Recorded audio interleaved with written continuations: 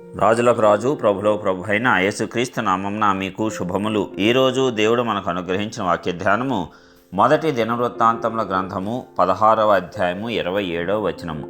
ఘనత ప్రభావములు ఆయన సన్నిధిని ఉన్నవి, బలమును సంతోషమును ఆయన యొద్ద ఉన్నవి. ప్రియులారా, ఈ వాక్య ధ్యానమును మనం పరిశీలించినప్పుడు ఈ భూమి మీద మనకు ఘనత ఉండాలనుకుంటాం, అలాగే అధికారము కలిగి మన మాట అనేకులు వినాలి అని ప్రతి వ్యక్తి భావిస్తూ ఉంటాడు. అయితే మరి అవి దయచేసేటువంటి వాడు మన దేవుడే. ఘనత ప్రభావములు ఆయన సన్నిధిని ఉన్నవంట. మరి ఆయన ఎలాగైతే ఘనత వహించి ప్రభావము కలిగిన వాడో అదే ఘనత అదే ప్రభావము నీకు ఇవ్వాలంటే నీవు చేయాల్సిందల్లా ఆయన సన్నిధానంలో నీవు నిలిచి ఉండుటయే. నీవు దారి తప్పిపోకుండా లోకంలోనికి శరీరాశ, నేత్రాశ, జీవపు డంబముల వెంట పరిగెట్టకుండా దేవుని సన్నిధానంలో ఆయన వాక్కును అనుసరించి లోకం ఎటుపోతున్నా సరే ఆయన వాక్యం ప్రకారమే నీ యొక్క అడుగులు స్థిరపరచుకున్నట్లయితే లోకానికంటే భిన్నముగా దేవుడు నీకు ఘనతను ప్రభావాన్ని అనుగ్రహిస్తాడు. కాబట్టి ఆయన సన్నిధానంలో ఘనత ప్రభావములు ఉన్నాయి, బలము సంతోషము ఆయన యొద్ద ఉన్నాయంట.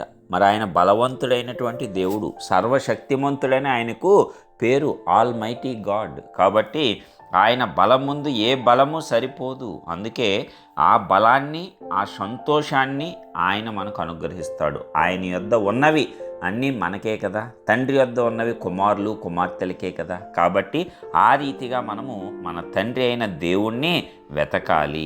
ఆయన యొద్ద బలము సంతోషము ఉన్నాయి, ఘనత ప్రభావములు ఆయన సన్నిధానములో ఉన్నాయి. కాబట్టి నిత్యము ఆయన సన్నిధిని వెతకాలి. ఆయనతో పాటు మనం సహవాసము చేయాలి. ఆయనను ప్రతిరోజు స్తుతించడం ద్వారాను, ప్రతిరోజు ఈ వాక్యాన్ని ధ్యానించుకోవటం ద్వారా, ప్రతిరోజు నీవు వ్యక్తిగతంగా ప్రార్థన చేసుకోవటం ద్వారా ఇవన్నీ కూడా ఆయన సన్నిధానమును నీవు ఈ భూలోకంలో అనుభవించేటట్లు చేస్తాయి. అందుకే ఘనత ప్రభావములు ఎలాగైతే ఆయన అనుగ్రహిస్తూ ఉన్నాడో బలము సంతోషము కూడా ఆయన ఇస్తున్నాడు. ఎప్పుడైతే ఘనత ప్రభావం ఉంటాయో నీవు బలవంతుడు అయిపోతావు, నీవు అత్యధిక సంతోషవంతుడు అయిపోతావు ఈ లోకంలో. కాబట్టి మరి ఒకదానికొకటి అవి జతపరచబడి ఉన్నాయి. కాబట్టి మొదటగా మనం వెతకాల్సింది ఆయన సన్నిధి. ఆయన సన్నిధిలో ఏమేమి ఉంటాయో అవన్నీ కూడా మనకు దేవుడు అనుగ్రహించులాగున నీవు ఉదయమునే లేచి ఆయన్ని వెతకాలి, రాత్రి పడుకునే ముందు ఆయన్ని వెతకాలి. ఈ రీతిగా ఈ యొక్క లోకంలో జీవించినంతకాలం ప్రతిరోజు ఆయన వాక్కును అనుసరిస్తూ ఈ లోకంలో నీవు గనక ఆయన సన్నిధానంను వెతికినట్లయితే ఈ లోకంలో ఉండేటువంటి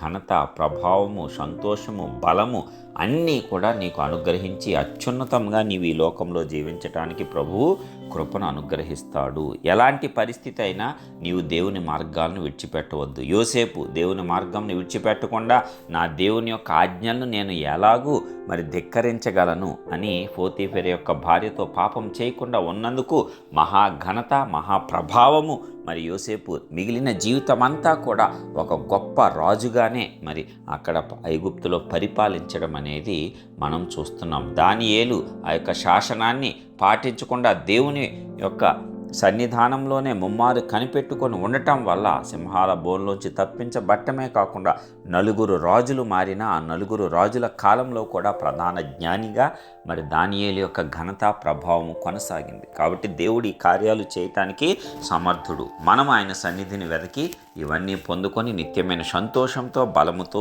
ఈ లోకంలో మన యొక్క విశ్వాస జీవితాన్ని కొనసాగిద్దాం. కృప మనందరికీ తోడుగా ఉండును గాక. ప్రార్థిద్దాం.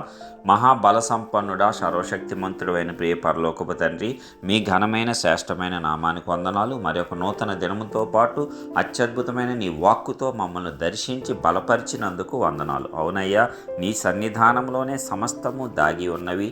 ఆ మేలులన్నీ మేము పొందుకొని ఘనతతోనూ ప్రభావంతోనూ బలముతోనూ నిత్యమైన సంతోషముతోనూ ఈ లోకంలో మేము జీవించినంత కాలము ఈ జీవితాన్ని విశ్వాసంతో కొనసాగించినట్లు నీ సన్నిధానమును నిత్యము వెదికేటువంటి వారంగా మా అందరినీ కూడా మరి మంచి మనస్సాక్షితో బలపరిచి స్థిరపరిచి ఆశీర్వదించి దాని ద్వారా మరి నీవు చేసేటువంటి గొప్ప కార్యముల ద్వారా నీ నామాన్ని మా ద్వారా ఘనపరచుకోవలసిందిగా నజరేయుడైన యేసుక్రీస్తు పరిశుద్ధమైన నామపేట ప్రార్థించి విశ్వాసంతో పొందుచున్నాం పరలోకపు తండ్రి. ఆమేన్.